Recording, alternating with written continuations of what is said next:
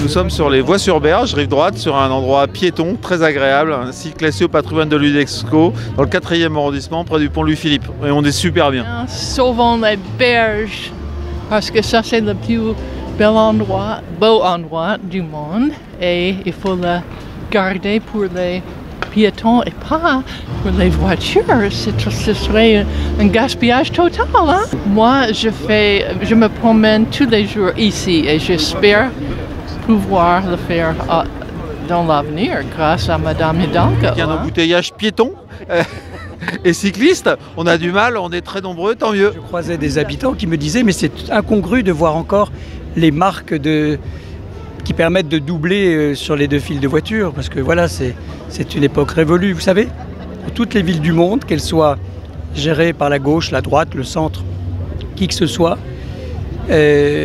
partout, les municipalités savent que de se réapproprier les berges, c'est absolument essentiel quand on a la chance d'avoir un fleuve. Et en tout cas, moi, ce que je veux, c'est respirer et que mes enfants et petits-enfants puissent respirer normalement dans Paris. Donc on soutient Hidalgo sur ce point. Je pense que c'est un combat qui est déjà gagné. L'opinion publique ne comprendrait pas qu'on remette de la bagnole ici, dans un cadre aussi beau, enfin une autoroute. Dans un cadre comme ça, c'est vraiment un gaspillage éhonté. Moi, j'ajouterais autre chose, c'est que ça me rappelle le combat pour le Pacs et pour le mariage pour tous. Finalement, à un moment donné, le bon sens l'emporte et la raison gagne. Donc, il faut être confiant, mais il faut tenir bon, il faut se battre. Bien sûr qu'on va le gagner. On va le gagner parce que c'est, comme le dit très bien la mère, c'est le sens de l'histoire. Parce qu'on n'imagine pas 2 secondes que des voitures puissent revenir sur ces berges alors qu'elles n'y sont arrivées qu'il y a très peu de temps finalement quand Pompidou a décidé de faire une autoroute en plein Paris. Les familles s'approprient leurs fleuves et les berges de Seine et c'est une poussée d'oxygène là qui était très importante pour les familles. Et là, des familles, des enfants libres de courir, des gens qui font des parcours en vélo merveilleux, même pour aller au boulot, traverser, être sur les quais de Seine. Et puis se dire qu'il puisse y avoir une autoroute qui revienne, on a l'impression que c'était il y a 100 ans. Alors, donc ce retour en arrière me semble impossible et je pense que c'est les Parisiens qui vont le dire de plus en plus fort. Pécresse a gagné la manche du conservatisme, mais elle ne gagnera pas la manche de l'avant-garde, c'est-à-dire de la santé des personnes, du bien vivre et de l'écologie. Ce qui prouve que la droite est conservatrice en fait. Des fois ils essayent de masquer, d'apparaître plus moderne et tout ça. En fait, non.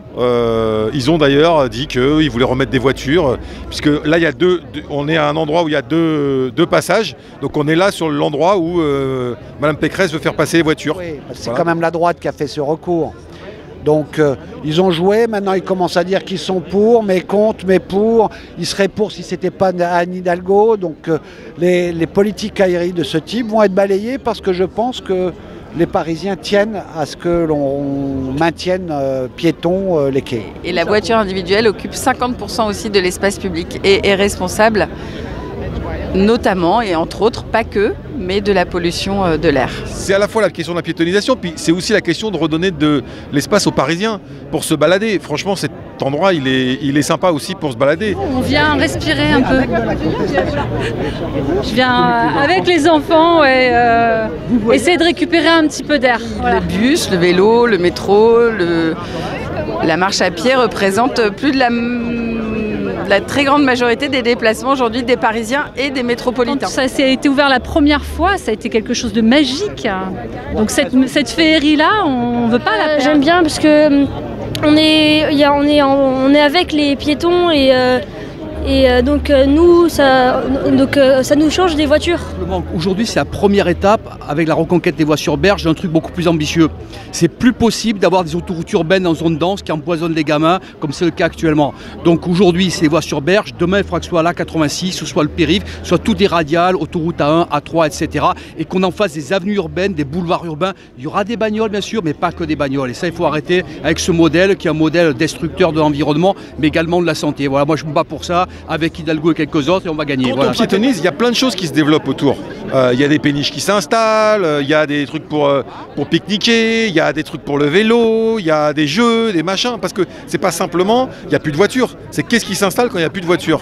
Et moi je vois, si on regarde les voies sur berge, les parties piétonnisées, si on ne prend pas de ce côté-là, mais côté rive gauche, ce qu'on a piétonnisé il y a une dizaine d'années, du côté vers les Invalides et tout, bon, c'est un endroit super pour sortir. Il y a le Rosa Bonheur, il y a le Flot, il y a plein d'endroits qui se sont installés. On peut s'installer avec des transats, on peut pique-niquer, on peut aller boire un coup. C'est surtout ça qui est important. C'est pas simplement la question de la piétonisation, c'est aussi que derrière, ça donne une conception autre et nouvelle de la ville. Et du coup, s'installe dans ces espaces plein d'autres choses. Merci à toutes et à tous d'être ici pour montrer que les berges sont à nous.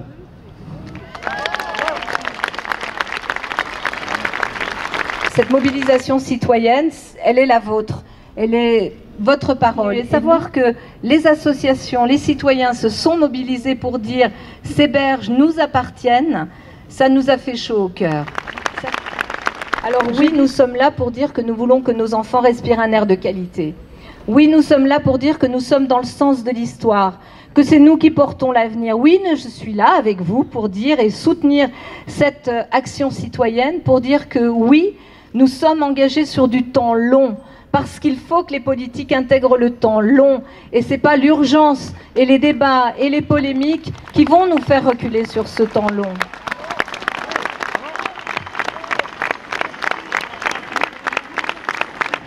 Merci de m'avoir invité. Voilà. Je m'appelle Simon Abkarian et j'ai dit à ma mère que j'allais venir ici tout à l'heure. Elle m'a dit... ce que je lui ai dit, j'ai rien préparé. Elle m'a dit, si tu penses à la douleur et à la souffrance et à la justice pour les autres, tu vas parler, tu vas trouver les mots justes. Parce que tu n'es pas seulement acteur, tu es un cascadeur d'émotions. Ma mère, elle oublie de mettre les « et » devant. Elle ne dit pas énervé, elle dit nervé. Elle ne dit pas émotion, elle dit motion. Voilà. Moi, j'ai un neveu qui vient d'avoir une gamine qui s'appelle Billy et qui me dit quand elle tousse fort, quand elle commence à faire un peu d'asthme, je sais que le pic de pollution est élevé. Donc, il comprend par les toutes de son gamin, de sa gamine, que l'air est vicié. Moi, ma conscience, c'est la génération à venir, c'est toutes ces gamines et ces gamins qui sont là dans les bras de leur papa, de leur maman. Moi, dans 20 ans, quand ils seront grands et grandes, j'ai envie de leur dire, j'ai essayé. Aujourd'hui, il y a des villes dans le monde entier, que ce soit Berlin, Vancouver, Oslo, Copenhague, Stockholm, qui sont déjà en train d'emprunter ce chemin-là. On sait très bien que dans 10 ans, dans 20 ans, dans 30 ans, il faudra qu'on ait moins de voitures. On a des études qui montrent que c'est possible. On a une étude du vice-président, de l'ancien vice-président de General Motors, c'est pour vous dire si c'est un écolo qui aime le vélo, qui a fait une étude pour l'université du Michigan et qui montre qu'on pourrait avoir la même qualité de mobilité avec 80% de voitures en moins. Le tout, c'est de réfléchir différemment. Merci à toutes et à tous. Merci à Anne Hidalgo encore une fois, merci à toutes les associations, et elles sont nombreuses, vous l'avez entendu. Je pense que ça fait du bien à tout le monde de voir que non, on n'est pas seul et que nous sommes très très nombreux à porter cette volonté à Paris de mieux respirer et d'avoir une ville plus apaisée. Il y a une mobilisation, on le voit aujourd'hui, on en a la démonstration, voilà, de Parisiennes et de Parisiens qui se sont dit, voilà, c'est pas possible, on ne peut pas revenir en arrière. Non, moi je pense que c'est très bien qu'il n'y ait pas de voiture ici et qu'on puisse en profiter pour être en vélo partout. Non, je veux que mes enfants respirent l'air le plus pur possible. Les enfants de tous les Parisiens, tous les petits Parisiens.